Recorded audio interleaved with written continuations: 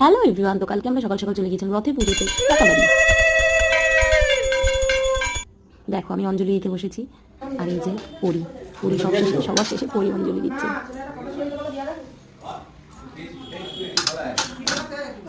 দাও ফুল, ঠাকুরকে দাও, ঠাকুরকে দাও,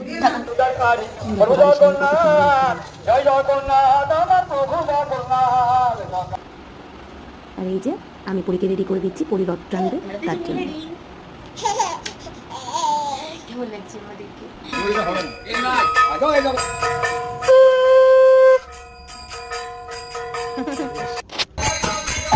কত সুন্দর বসে বসে কীর্তন শুনছে, আর গানের তালে তালে কীর্তনের তালে তালে পড়িও নাচ শুরু করে দিচ্ছে এই বয়সে। তোমরা সবাই এখন পরি কত সুন্দর নাচ করছে।